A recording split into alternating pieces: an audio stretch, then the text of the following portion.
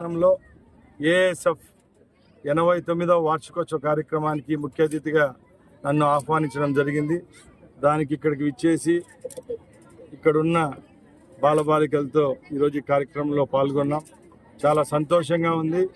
ఎందుకంటే ఈరోజు ప్రభుత్వం చేయలేనివి కూడా కొన్ని స్వచ్ఛందంగా కొన్ని సంస్థల ముందుకొచ్చి స్పోర్ట్స్ మీట్లు అయితేనేం, స్పోర్ట్స్కి సంబంధించిన గేమ్స్కి సంబంధించిన విషయాల్లో చొరవ తీసుకొని ఇలాంటి కార్యక్రమాలు ఏర్పాటు చేస్తున్న దాతలకు, ప్రోత్సహిస్తున్న వారందరికీ రాష్ట్ర ప్రభుత్వం తరఫున, మా శాప్ తరఫున ధన్యవాదాలు తెలియజేసుకుంటున్నా.